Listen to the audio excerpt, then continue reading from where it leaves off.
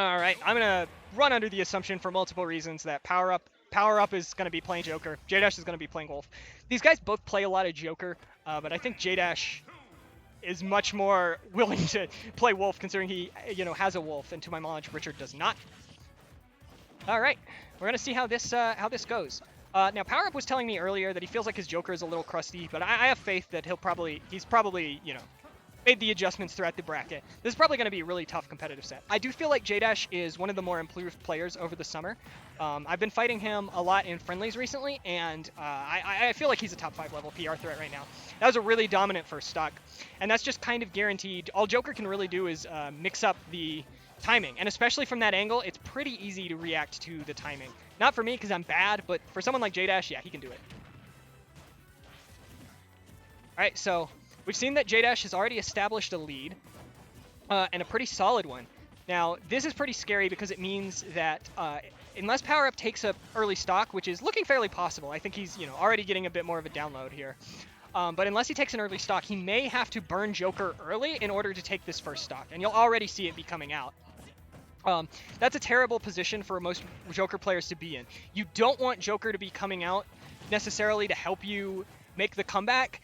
You really want Joker to be coming out to help you establish the snowball. And so this is a scenario where I don't think he's even, he isn't even going to be able to close out Jordan's first stock with the Arsene. That's a really rough position because he's now at a percent where unless he gets some really good reads, he's not likely to get another Arsene for the rest of this stock. And that could mean that he could have, honestly, a lot of trouble killing even before he goes to his last stock. And yeah, there you see it. Now we see JdAsH in a very commanding lead. This is a rough scenario because without Rage, Joker doesn't really have that many tools to kill. He can do some smash attack stuff. He can definitely edge guard, but in this scenario, you're going to be lacking a lot of what Joker really wants to be able to do to kill. And so JdAsH can honestly definitely pop that Joker early, or that Arsene early, rather, again. You see Richard, is kind of fishing for some of these early kill tactics. It's not a bad idea, especially going for the ledge trump, because he hasn't done that yet this game. But it's just not working. That's 162, and JdAsH still hasn't really even come close to dying. Really good spaced fair into the bear conversion there. Yeah, this could... Oh, yeah! That's going to be a 3 stock from JdAsH game 1. I would not be shocked to see PowerUp switch characters at this point. I personally think his Mario does extremely well into Wolf most of the time. I think that's probably the most likely scenario here. That being said, if he wants to stick it out with the Joker, just try to de-rust the Joker a little bit more. I understand that too. We're going to be going to Battlefield this time. That definitely, to me, implies that he's going to be going Mario. Yeah, no hesitation, really. Makes sense. I personally, as a Wolf player, believe that this is one of Wolf's worst matchups. It's not unwinnable, but on a stage like Battlefield, you're definitely going to have an upward climb, because any neutral loss is going to be so much worse for you than it is for Mario. Yeah. Another thing that I think Richard's Mario specifically is extremely good at option coverage and trapping you on platforms. I've fought against it a bunch on a stage like, especially Hollow Bastion is generally where he ends up taking me. His ability to seemingly, no matter which option you pick, just kind of run you into the ground is kind of insane.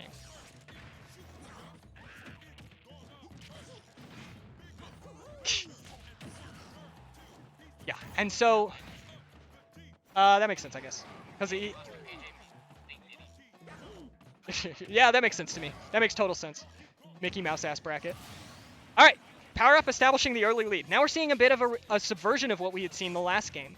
I don't think that this is as dominant of a lead for PowerUp. Still, because there's no real comeback mechanics or anything on the line here, the closest thing would just be the fact that it's Mario on Battlefield, which can literally only help Richard in this scenario. Like, this is a really good position for him to be in.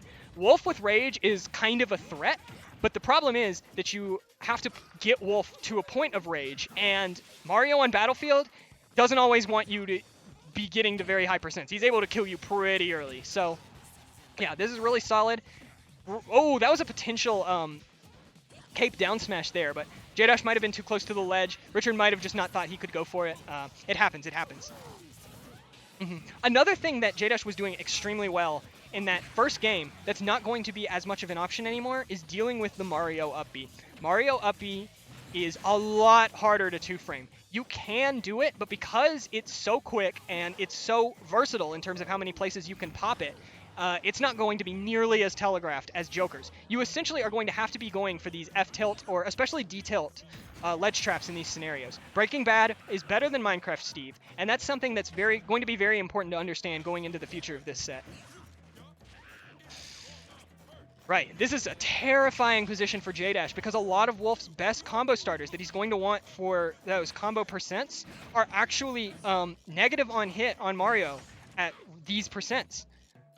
So it's especially scary. He basically has to straight win neutral enough, which he's done now, done a very good job of, in order to push JdAsH into this scenario.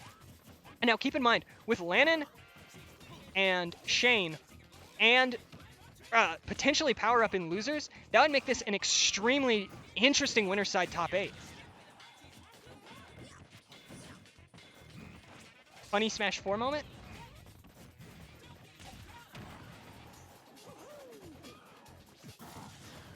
Oh, really good coverage there. That was really, really good from both players. Just JdAsH's move was slightly better timed. Yeah, and that's that classic moment. JdAsH reacting to that situation very well, and now all of a sudden he's brought this deficit back. His stock is likely not too much longer for this world unless he performs a bunch of really solid reads, but he's definitely going to be in a really solid position even going into this last stock. Oh, he had the right read on the roll, but just, wasn't able to commit to that charge, didn't have the right timing. So yeah, this is a very close game. I would still think that Richard has the edge in terms of stage choice, especially for this matchup. But also, JdAsH definitely has the momentum to take this. He might have already gotten the reads on PowerUp's Mario that he needs, considering how much better he's been playing recently. Yes, and that is not one of the true percents for that to actually work. I'm liking these bait-out fake jump-ins from JdAsH, just really smart against a character like Mario, because PowerUp may be tempted to let rip one of his better anti-air options. And while some of them are very safe, you can still definitely get punished, especially from a character like Wolf, who's very, very good at just reacting to those decisions. Now, ooh, good question. I could definitely see JdAsH going Joker if he stays Mario. I could see him going Roy, because that's considered like a... Yeah.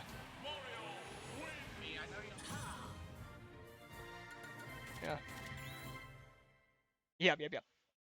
I don't know. It's going to be interesting to see. I mean, honestly, he was doing really well in that game, so I wouldn't be shocked.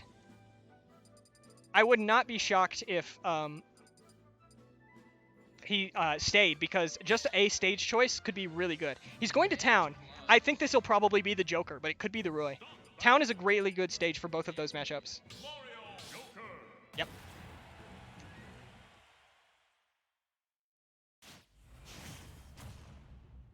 Yes. There's no way there's enough time for redemption, but there might be one. Yeah, I haven't heard, but it looks like they're probably running all of Winner's Quarters on stream. Honestly, Loser's Bracket is behind enough that it probably doesn't matter that much. Like,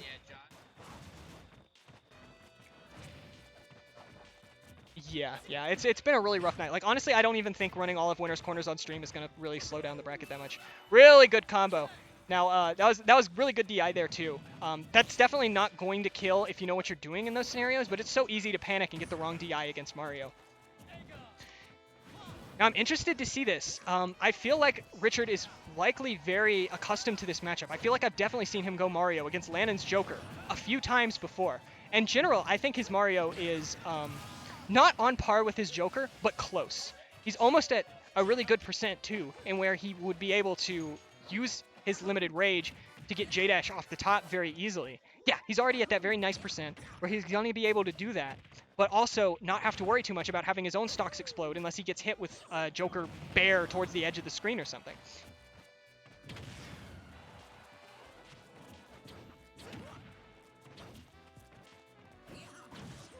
Losers is going to catch up. Good point, good point.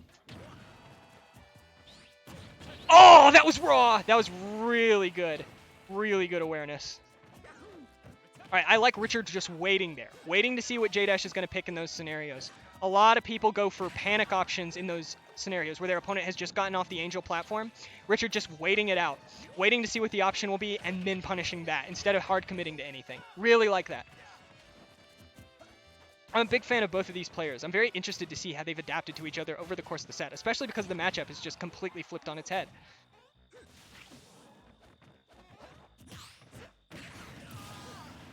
Yeah, and that up smash out of shield, man, just a really good option in all of those scenarios. People want to get out of ledge because they don't want to get ledge trapped, but then you have that up smash out of shield, just instantly shuts down everything, and it's pretty safe too.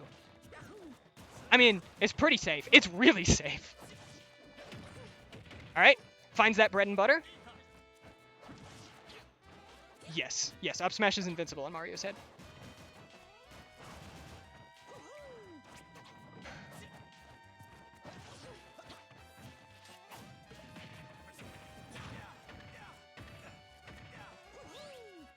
Yeah, I was kind of thinking the same thing. I think that Richard is going to have a really good understanding of this matchup. I've definitely seen him pick Mario against Lannan before. Oh, that was so smart. That was one of the smartest recoveries I've seen in a while. I love that bait out that you're going to the side platform, and then you actually go to the side platform in a different manner. That was extremely well placed by Richard. That was a crazy good set. I like that a lot. That was really fun to watch. Yeah, I assume I'll be playing next, so I'll be hopping off stream for now. Please don't kill me. Please don't break my kneecaps. MILF Lover will be on stream someday.